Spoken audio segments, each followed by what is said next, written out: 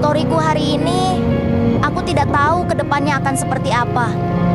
Tapi aku yakin rencana Tuhan itu luar biasa. Cerita hari ini, kamu akan dihargai jika memiliki segalanya. Memang terdengar kejam, tapi itulah kenyataannya.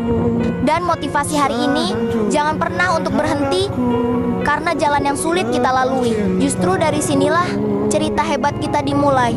Tetap semangat dan jangan pernah menyerah. Semoga akan indah pada waktunya atas doa dan usaha yang kita jalani selama ini. Amin.